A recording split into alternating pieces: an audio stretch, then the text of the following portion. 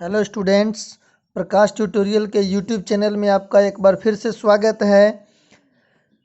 Electric current chapter के last video में हम लोग ग्रुपिंग ऑफ सेल्स देखे थे, उसमें इक्वल सेल्स थे, इक्विवेलेंट सेल्स थे।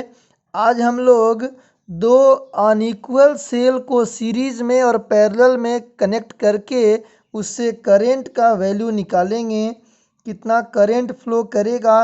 तो सबसे पहले हम लोग देखेंगे सीरीज ग्रुपिंग,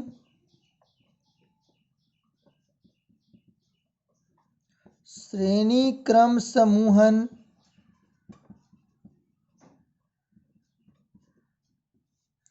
मान लिया जाए कि यह एक सेल है जिसका EMF E1 internal resistance R1 है। दूसरा सेल जिसका ईएमएफ E2 और इंटरनल रेजिस्टेंस R2 है, सीरीज में जोड़े गए हैं और इसके साथ एक external resistance capital R series में जोड़ा गया है। और आपसे पूछा जाएगा कि अब इससे कितना करंट फ्लो करेगा, इसका वैल्यू हम लोगों को निकालना है। तो हम सबसे पहले इसमें 3 पॉइंट आपको समझा देते हैं। मान लिया जाए कि यह A पॉइंट है, यह B पॉइंट है और यह C पॉइंट है। तो पोटेंशियल ड्रॉप हम लोग कैसे निकालते हैं, अब देखें। A पर है हाई पोटेंशियल, B पर है हाई पोटेंशियल। करंट जो फ्लो करेगा वह हाई पोटेंशियल से लो पोटेंशियल की ओर या इलेक्ट्रिक फील्ड के, या यहाँ पर देखें ये प्लस है ये माइनस है, तो ऐसे करंट फ्लो करेगा आई, करंट ऐसे घूम करके इसमें इन करेगा। अब देखें यहाँ पर है हाई पोटेंशियल, यहाँ पर है लो पोटेंशियल, तो करंट फ्लो करेगा हाई पोटेंशियल से लो पोटेंशियल की ओर, हाई पोटेंशियल से लो पोटेंशियल की ओर, ए से सी की ओर करंट फ्लो करेगा। क्यों? क्योंकि ए पर है हाई पोटेंशियल, सी पर है लो पोटेंशियल। अब हम इसके बीच में अगर हम लोग वोल्टेज का रिलेशन लिखें तो ए पर ज़्यादा पोटेंशियल है तो क्या लिखेंगे, V A minus V B is equal to E1 minus I R1। V A minus V B is equal to E minus I R formula होता है ना।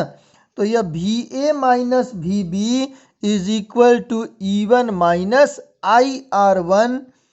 अब यहाँ पर B और C के बीच का ड्रॉप कैसे निकालेंगे, तो B पर है high potential, VB minus VC is equal to E2 minus I R2। ऐसा लिख सकते हैं ना। अब इस दोनों इक्वेशन को जोड़ दें तो VB से VB कैंसिल हो गया, VA माइनस VC इसको जोड़ना होगा, E1 प्लस E2 माइनस आई कॉमन ले लिए तो R1 प्लस R2। अब VA माइनस VB को हम लोग लिख दें V is equal to E1 plus E2 को लिख दें E माइनस आई आर, ऐसा लिख सकते हैं ना। तो इससे कंपेयर कर दें तो E इक्विवेलेंट क्या हो जाएगा, E1 प्लस E2, यानी सीरीज में रहेगा। तो हम लोग सिंपली इसको जोड़ेंगे और R इक्विवेलेंट क्या हो गया, R1 plus R2, R1 plus R2। यह कॉन्सेप्ट आपको दिमाग में रखना है, इसका स्क्रीनशॉट लीजिए। देखें जैसा यह सेम अगर सेल रहता तो E1 plus E2 E plus E N ई बताए थे ना, और R इक्विवेलेंट ये सब सीरीज में है। अब I निकालना होगा तो इस R को भी इसमें जोड़ लेंगे क्योंकि सीरीज में है।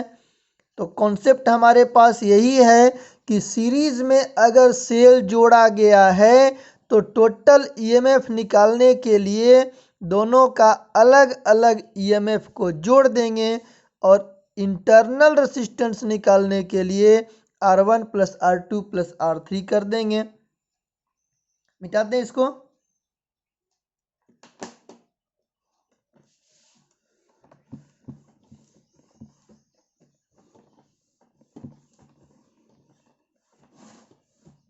अब देखें, थोड़ा सा पैरेलल ग्रुपिंग में आपको समझना है।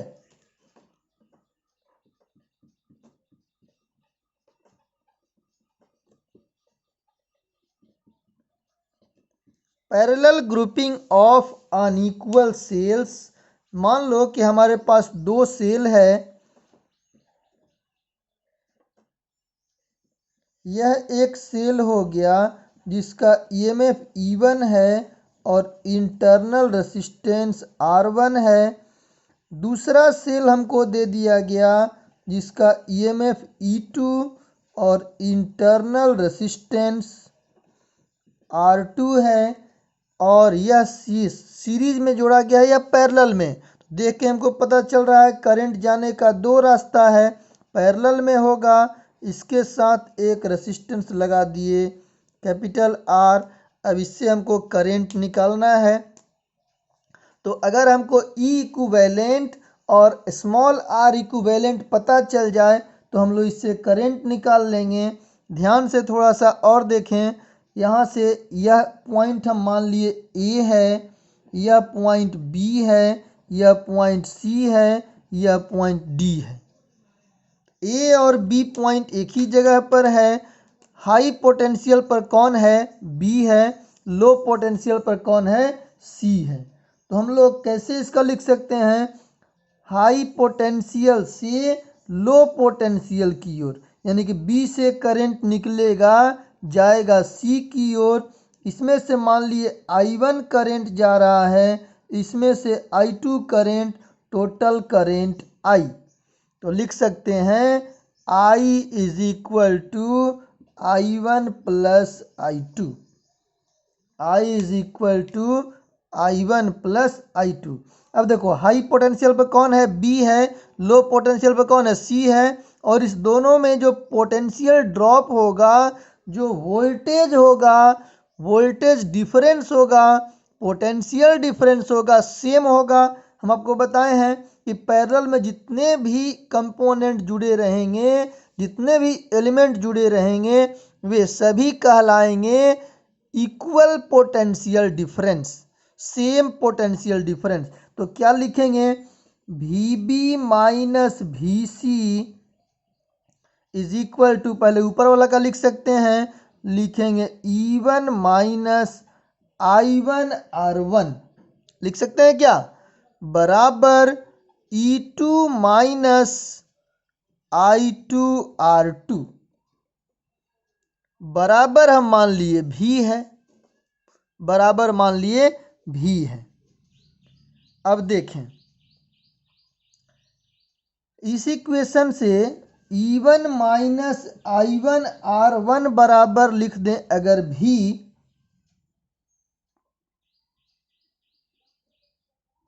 हमको I1 का वैल्यू निकालना है। ऐसा लिख सकते हैं क्या? E1 minus V is equal to I1 R1, यानी कि I1 बराबर E1 minus V by R1। I1 is equal to E1 minus V by R1। अब इसी प्रकार V बराबर हम लोग ऐसा भी लिख सकते हैं E2 minus I2 R2।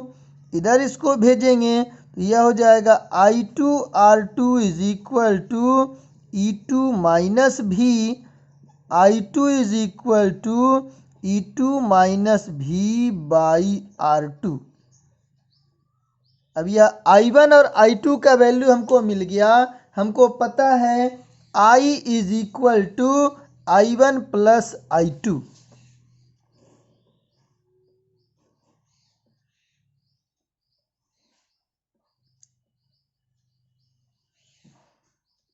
I is equal to I1 plus I2। Then I is equal to I1 का जगह पर क्या लिखेंगे? E1 minus V by R1 plus E2 minus V by R2। ऐसा लिख सकते हैं क्या? इसी बात को हम लोग और भी ऐसा लिख सकते हैं, I इज इक्वल टू, देखो यहाँ से E1 by R1 minus V by R1 plus E2 by R2 minus V by R2। ऐसा लिख सकते हैं। तब I is equal to I1 by R1 plus E2 by R2। इस दोनों में से माइनस V कॉमन ले लिए तो 1 बाई R1 माइनस नहीं प्लस 1 बाई R2। यहाँ तक का स्क्रीनशॉट लेकर के पहले कॉपी करिए।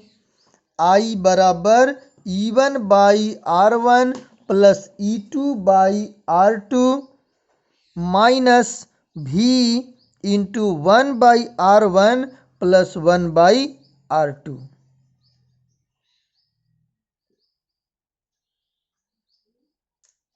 जल्दी करिए, मिटा दें।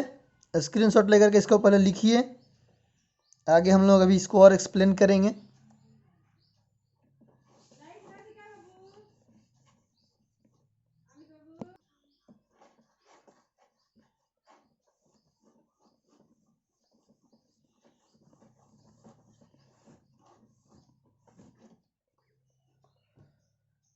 अब देखो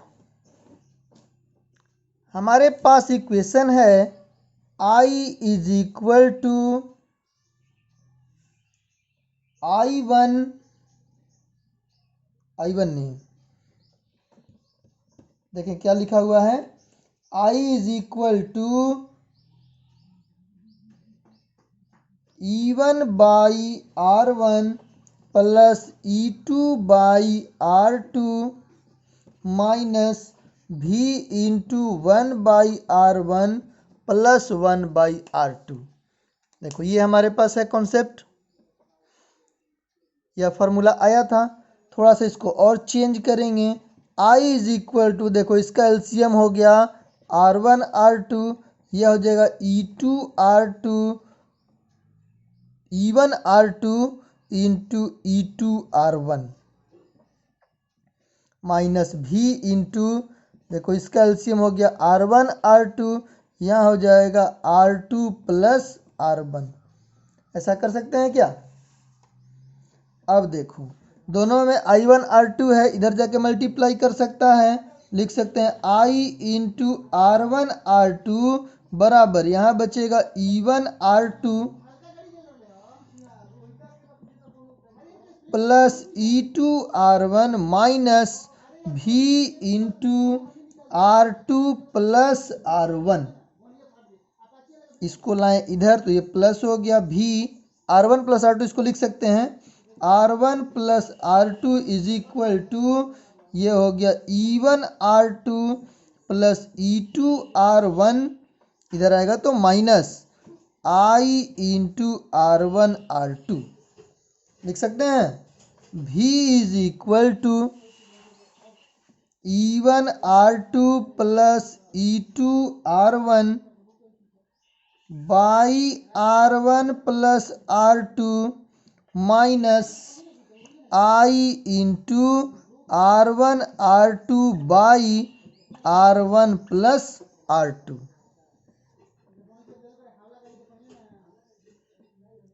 V is equal to E minus I R, V is equal to E minus I R. अगर हम लोग इससे कंपेयर कर दें तो E इक्विवेलेंट क्या हो जाएगा, E1 R2 plus E2 R1 by R1 plus R2, और R इक्विवेलेंट क्या हो जाएगा, R1 R2 by R1 plus R2। जब भी कोई दो सेल आपको पैरेलल में दिखाई दे तो यह फार्मूला आपको लगाना है, E equivalent is equal to E1 R2 plus E2 R1 by R1 plus R2, और इंटरनल रेसिस्टेंस का effective value R equivalent is equal to R1 R2 by R1 plus R2। देखो इसको थोड़ा सा हम लोग और चेंज कर सकते हैं। E equivalent is equal to E1 by R1 plus E2 by R2 plus EN by RN into R equivalent into R equivalent. Same result आएगा। और R1 by R equivalent is equal to 1 by R1 plus 1 by R2 plus 1 by RN। Direct यहाँ से आपको numerical पूछा जा सकता है। Objective में क्वेश्चन पूछा जा सकता है कि दो सेल हैं जिनके ईएमएफ E1 तथा E2 हैं, इंटरनल रेजिस्टेंस R1 तथा R2 हैं, इसमें समतुल्य विद्युत वाहक बल का वैल्यू क्या होगा।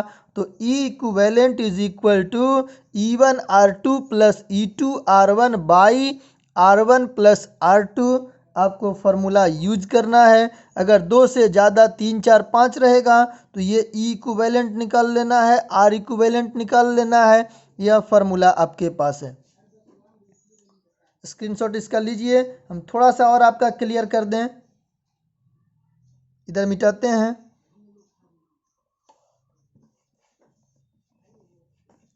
अब जैसे देखें, हमको दिया गया था, मान लिया जाए कि दोनों सेल का ईएमएफ E है और इंटरनल रेजिस्टेंस R है।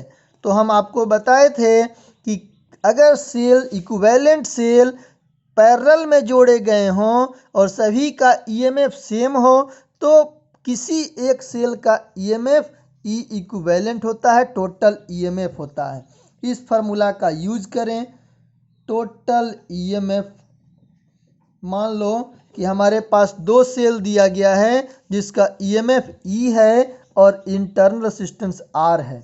तो E बराबर क्या हो जाएगा, E1 के जगह पर E, R2 के जगह पर R, E2 के जगह पर E, R1 के जगह पर R by R plus R। यह हो गया 2ER बाई 2R। R से R कैंसिल, 2 से 2 cancel, effective EMF is equal to E। तो आसान कॉन्सेप्ट है। मान लो कि 3 सेल रहता, 4 सेल रहता तो हम लोग E इक्विवेलेंट का ये फार्मूला यूज करते, R इक्विवेलेंट का ये फार्मूला यूज करते, फिर फाइनल करेंट पूछता तो इसमें एक प्लस कैपिटल R लगा देते।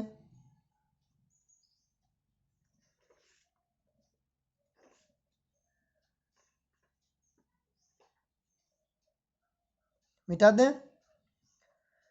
अब जो आपको न्यूमेरिकल का बुक दिया गया था उसमें का कुछ क्वेश्चन हम लोग बना देते हैं। सेल से रिलेटेड जो क्वेश्चन है, जिसके पास प्रॉब्लम का बुक है, हम केवल प्रॉब्लम के बुक का क्वेश्चन नंबर लिखेंगे और सॉल्व करेंगे। आप लोग घर पे उसको बढ़िया से क्वेश्चन लिख करके सॉल्व करने का प्रयास करेंगे। हम केवल क्वेश्चन पढ़ेंगे। कुछ क्वेश्चन पर आपको बताया गया था, आज हम आपको बता रहे हैं प्रॉब्लम नंबर 9। प्रॉब्लम नंबर 9 सब लोग अपने किताब में देखेंगे। हम क्वेश्चन पढ़ देते हैं, उसके बाद हम सॉल्व करेंगे। 55 ओम के प्रतिरोधक के श्रेणी क्रम में एक बैटरी तथा 1 ओम प्रतिरोध का आमीटर जोड़ा गया है। श्रेणी क्रम में एक रेसिस्टर दिया गया है 55 ओम का, 55 ओम का रेसिस्टर है। इसके साथ सीरीज में एक बैटरी जोड़ा गया है, यहाँ बैटरी दे दिए, और एक आमीटर जोड़ा गया है। आमीटर का रेसिस्टेंस है 1 ओम और बैटरी जो दिए हैं तो इसका इंटरनल रेसिस्टेंस हम लोग मान लिए R है। ऐसा सीरीज में जोड़ा गया है। यदि बैटरी का विद्युत वाहक बल 3 वोल्ट हो, 3 वोल्ट विद्युत वाहक बल है तथा आंतरिक प्रतिरोध R हो और एमीटर का पाठ्यांक, जो एमीटर का रीडिंग है वह दिया गया 50 मिली एम्पियर। तो परिपथ चित्र बनाइए और आर के मान की गणना कीजिए। तो आपका सर्किट डायग्राम तो यही हो गया। एक 55 ओम का रेसिस्टेंस है, सीरीज में 1 ओम का एमीटर जोड़ा गया है, एमीटर का रीडिंग 50 मिली एम्पियर है। इसके साथ सीरीज में एक सेल जोड़ा गया है जिसका ईएमएफ 3 वोल्ट है और इंटरनल रेसिस्टेंस आर है। इसी आर का वैल्यू कैलकुलेट करना है। तो देखें, सीरीज में हम आपको क्या फार्मूला बताए हैं, I is equal to E by R plus R. R plus R, तो जितने भी रेसिस्टेंस हैं सबका सम नीचे में करना है। यहाँ पर देखें आई दिया गया 50 मिली एम्पियर, यानी कि 50 into 10⁻³ E M F 3 by R का वैल्यू नहीं दिया गया है। कैपिटल आर कौन कौन सा हो जाएगा, एमीटर का रेसिस्टेंस और एक्सटर्नल रेसिस्टेंस, यह मिलके हो गया 56, यह मिलके हो गया 56। अब देखो ऐसा लिख सकते हैं क्या, 56 plus R is equal to 3/50 into 10⁻³ या 56 plus R is equal to 3 into, यहाँ पर देखो 10⁻³ नीचे में है, ऊपर में जाएगा 10⁻+3, तो 1000 कर देते हैं बाई 50। एक जीरो से जीरो कट गया, 5 से 100 20 बार में कट गया। 56 plus R is equal to 60, R is equal to 60 minus 54 is equal to 4 ohm. Answer हो गया। प्रॉब्लम नंबर 9 आपको ऐसे बनाना है, स्क्रीनशॉट इसका लीजिए।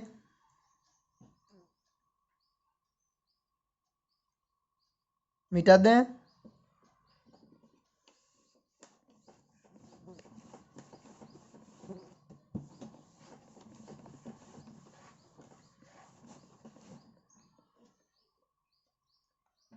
अब हम आपके पास प्रॉब्लम नंबर 10 पढ़ रहे हैं,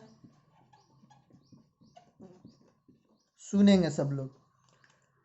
जब किसी बैटरी से 1 एम्पियर धारा ली जाती है तब उसकी टर्मिनल वोल्टता 28.5 वोल्ट होती है। मान लिया जाए कि हमारे पास दिया गया I1 कितना, I1 दिया गया 1 एम्पियर, तो टर्मिनल वोल्टता V1 हो जा रही है 28.5 वोल्ट। जब सेल से 2 एम्पियर की धारा लेते हैं, यानी कि I2 जब हम 2 एम्पियर लेते हैं तो टर्मिनल वोल्टता रह जाती है 27 वोल्ट। सेल का ईएमएफ बताना है और सेल का इंटरनल रेसिस्टेंस बताना है। धारा ली जाती है ऐसा बात कहा जा रहा है, तो हम लोग कौन सा फार्मूला लगाएंगे, V is equal to E minus I R. अब बोलो, इस फार्मूला का यूज करके हम लोग V1 V2 का मान लिख सकते हैं क्या, लिखेंगे देखो 28.5 is equal to E minus 1 R and 27 is equal to E minus 2 are.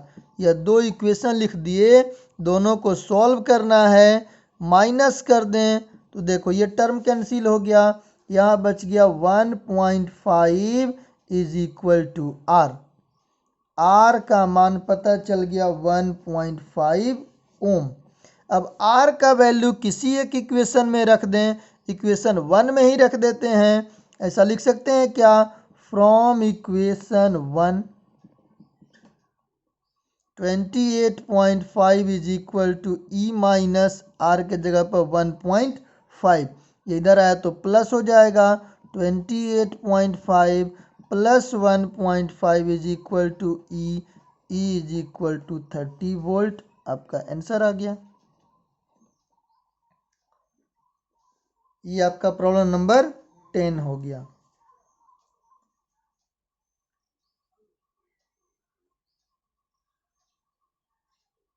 Screenshot इसका लीजिए, मिटा दें।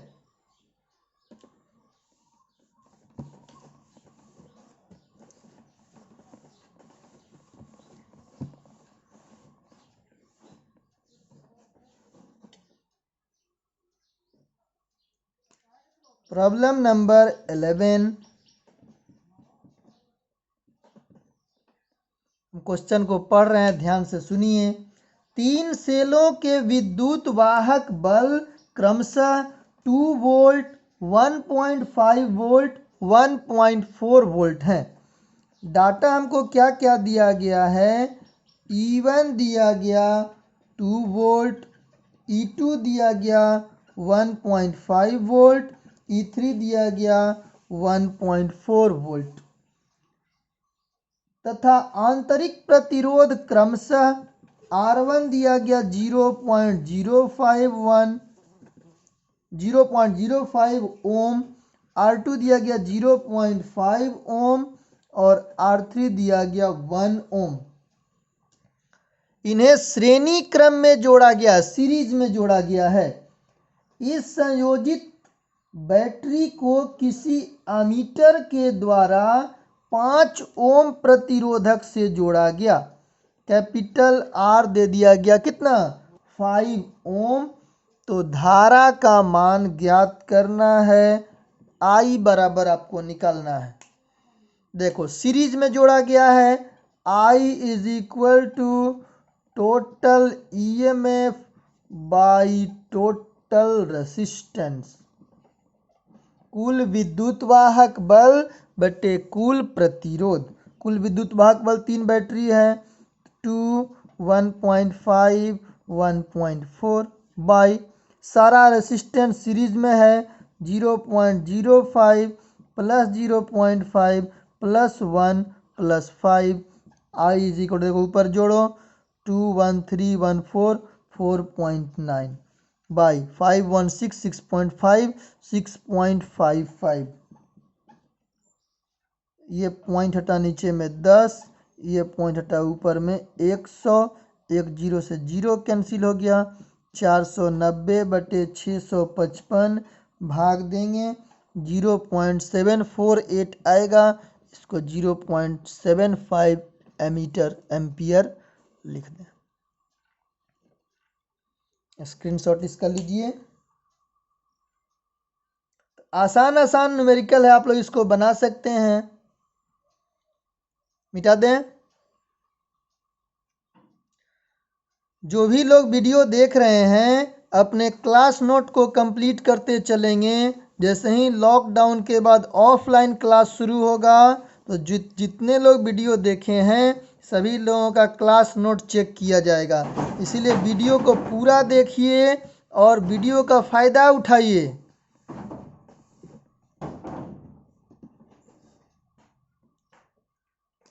Problem number 16। किसी ऑटोमोबाइल बैटरी का विद्युत वाहक बल 5 वोल्ट है। एक ऑटोमोबाइल का बैटरी है, विद्युत वाहक बल दिया गया 5 वोल्ट तथा आंतरिक प्रतिरोध 0.01 ओम है। जिनके पास किताब है थोड़ा सा ध्यान देंगे, एक डाटा इसमें मिसिंग है, उस डाटा को पहले किताब में सही करेंगे। जब स्टार्टर बैटरी से 180 एम्पियर, ये डाटा छूट गया है, आप लोग उसमें लिख लेंगे। जब स्टार्टर बैटरी से 180 एम्पियर धारा लेता है तब बैटरी का टर्मिनल विभवांतर क्या होगा? V का मान निकालना है। बैटरी से धारा ली जा रही है तो क्या formula? V is equal to E minus I R. V is equal to E minus I R. V is equal to निकालना है, E का वैल्यू कितना है 5 माइनस I का वैल्यू कितना है 180, R का वैल्यू क्या है 0.01। देखो ये पॉइंट है, नीचे में 100 हो गया, एक जीरो से zero cancel. V is equal to 5 minus 1.8, V is equal to 3.2 volt answer.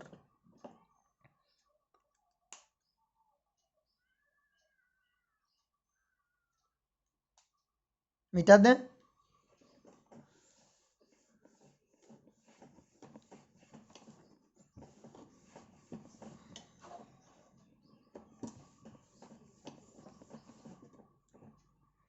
अब आपको प्रॉब्लम नंबर 21 बनाना है। बीच का कुछ कुछ प्रॉब्लम हम लोग बनाए थे, कुछ प्रॉब्लम बाकी रहेगा। जो पोटेंशियोमीटर विभव मापी का प्रॉब्लम है, विभव मापी पढ़ाने के बाद बताया जाएगा। प्रॉब्लम नंबर 21 सुनिए। 10 वोल्ट विद्युत वाहक बल तथा 3 ओम आंतरिक प्रतिरोधक की बैटरी को ईएमएफ दिया गया 10 वोल्ट, आंतरिक प्रतिरोध दिया गया 3 ओम, किसी प्रतिरोधक से जोड़ा जाता है। प्रतिरोधक का वैल्यू नहीं दिया गया, यह फाइंड करना होगा। यदि परिपथ में धारा 0.5 एम्पियर हो, आई का मान दिया गया है 0.5 एम्पियर, तो प्रतिरोधक का प्रतिरोध कितना होगा, आर का मान निकालना है। परिपथ बंद होने पर यानी सर्किट को क्लोज करने पर बैटरी के सिरों के बीच विभव कितना होगा, भी का मान निकालना है। देखो आई बराबर क्या फॉर्मूला लगा सकते हैं, total EMF by total resistance. तो एक इंटरनल रेसिस्टेंस हो गया और एक एक्सटर्नल रेसिस्टेंस हो गया। यहाँ से हमको कैपिटल आर का वैल्यू निकालना है। आई बराबर कितना, या ऐसा लिख दें क्या, R plus R is equal to E by I. R के जगह पर 3 प्लस आर, ई के जगह पर 10, आई के जगह पर 0.5। देखो पॉइंट हटाए ऊपर में हो गया 100, 5 से 20 बार में कट गया। आर बराबर 20 माइनस 3 बराबर 17 ओम।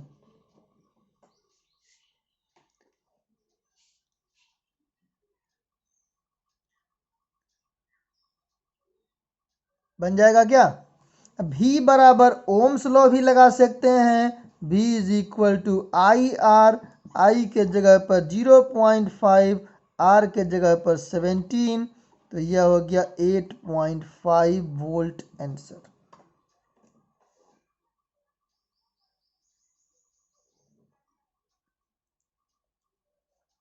मिटा दें, स्क्रीनशॉट इसका लेना है। जो आपको लेक्चर आधा घंटा में दिया जा रहा है, 45 मिनट में दिया जा रहा है, उसको आप लोग अगर पॉज करके बढ़िया से कॉपी बनाइएगा। 1 घंटा लगेगा, घर पे मेहनत करिए।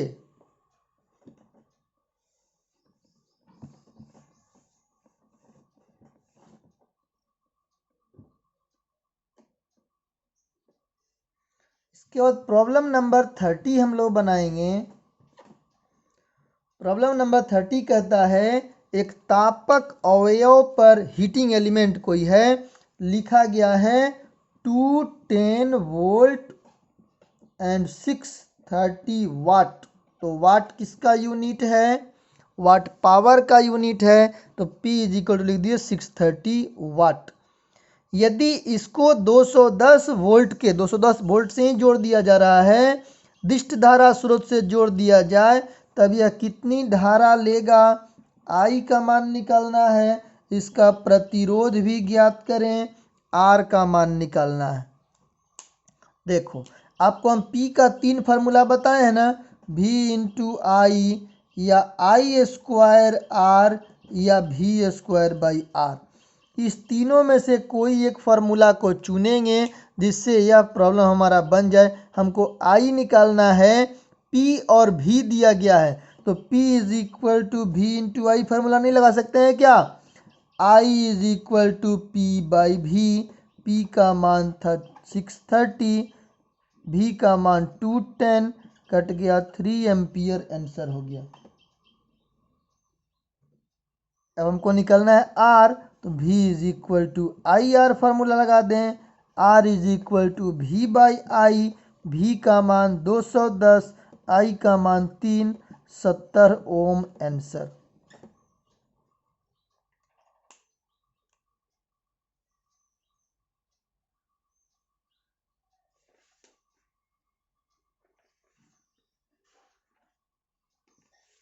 स्क्रीनशॉट इसका लीजिए, मिटा देते हैं।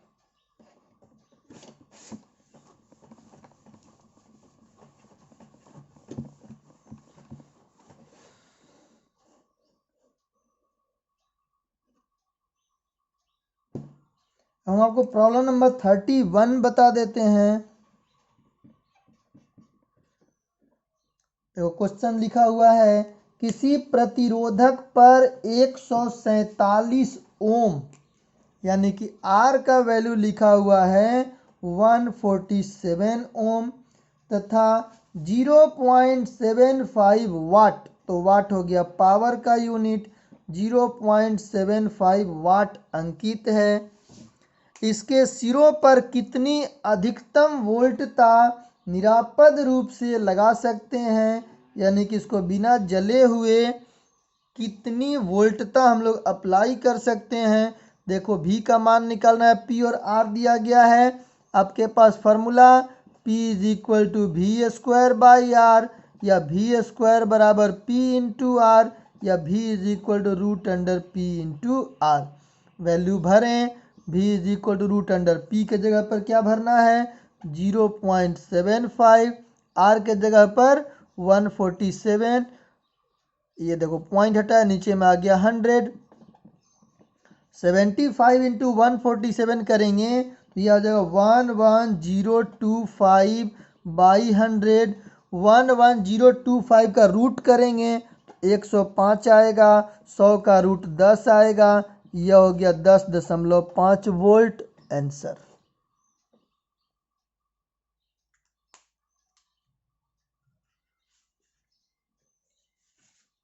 इसका स्क्रीनशॉट लीजिए।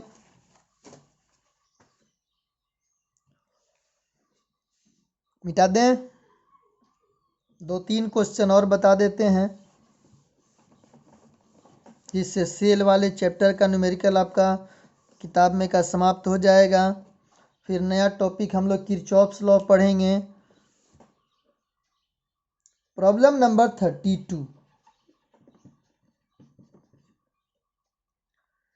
1000 वाट, 1000 वाट यानी कि पावर दिया गया 1000 वाट, 220 वोल्ट भी दिया गया 220 वोल्ट। हीटर के तार का प्रतिरोध ज्ञात करें। अगर हम लोग 220 वोल्ट मान करके बनाएंगे तो आंसर गलती हो जाएगा। आंसर हमारा जो किताब में दिया गया वह नहीं आएगा, यहाँ पर मिसप्रिंटिंग हो गया, यहाँ पर 250 वोल्ट होना चाहिए तब आंसर आएगा। हम लोग इसी क्वेश्चन को बनाएंगे, या तो आंसर ठीक कर लेंगे नहीं तो क्वेश्चन में डाटा चेंज कर लेंगे। देखो P बराबर क्या होता है V²/R, तो R बराबर V²/P, 220 गुना 220 बटे 1000। देखो 2 जीरो से 2 जीरो कैंसिल, ये 484 होता है बटा 10, 48.4 ओम आंसर।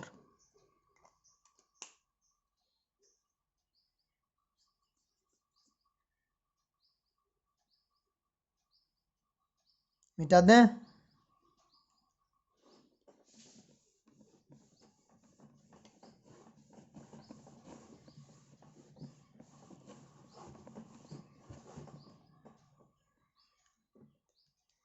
प्रॉब्लम नंबर 33 बनाएंगे।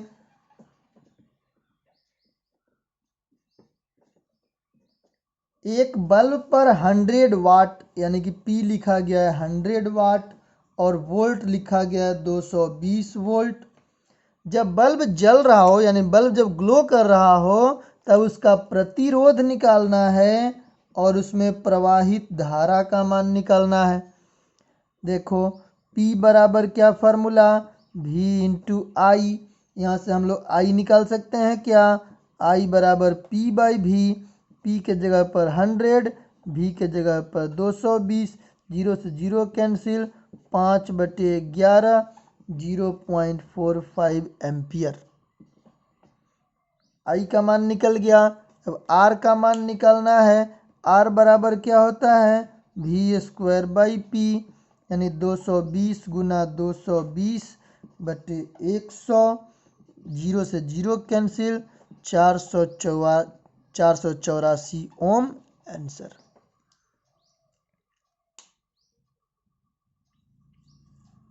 स्क्रीनशॉट इसका ले लीजिए, लिखिए, कॉपी में बनाइए, समझिए। जिनको जो भी डाउट है मेरे व्हाट्सएप नंबर पे कॉल करेंगे या मैसेज करेंगे। ग्रुप में आपका चैटिंग बंद कर दिया गया है, ग्रुप में केवल एडमिन ही चैटिंग कर सकते हैं, तो आप लोग ग्रुप में कोई चैटिंग नहीं करेंगे। ग्रुप में चैटिंग इसलिए मना किया गया है कि केवल मेरा इन्फॉर्मेशन आपको मिले। कुछ लोग चैटिंग करते हैं तो उसमें लिंक खोजने में दिक्कत होती है, इसीलिए जिनको जो भी डाउट है मेरे व्हाट्सएप नंबर पे मैसेज करेंगे। मिटा दें।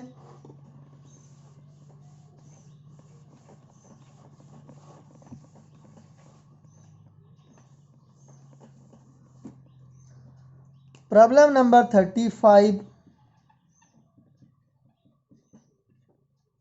ये बहुत ही आसान क्वेश्चन है। 1 किलोवाट के बल्ब में 1 मिनट में कितनी विद्युत ऊर्जा P दिया गया 1 किलोवाट और टाइम दिया गया 1 मिनट। इसको हम लोग घंटा में बदल दें तो 1.60 आवर लिख सकते हैं क्या। अब E बराबर हमको निकालना है विद्युत ऊर्जा, E बराबर P इंटू टी। P के जगह पर 1 किलोवाट और T के जगह पर 1/60, तो लिख सकते हैं 1/60 किलोवाट आवर। ये आपका आंसर है। और इसके साथ आपका सेल वाला टॉपिक ख़त्म हुआ। सेल वाला टॉपिक के बाद हम लोगों को किरचॉफ्स लॉ पढ़ना है, Wheatstone bridge, meter bridge, potentiometer, फिर ये चैप्टर समाप्त। Thank you.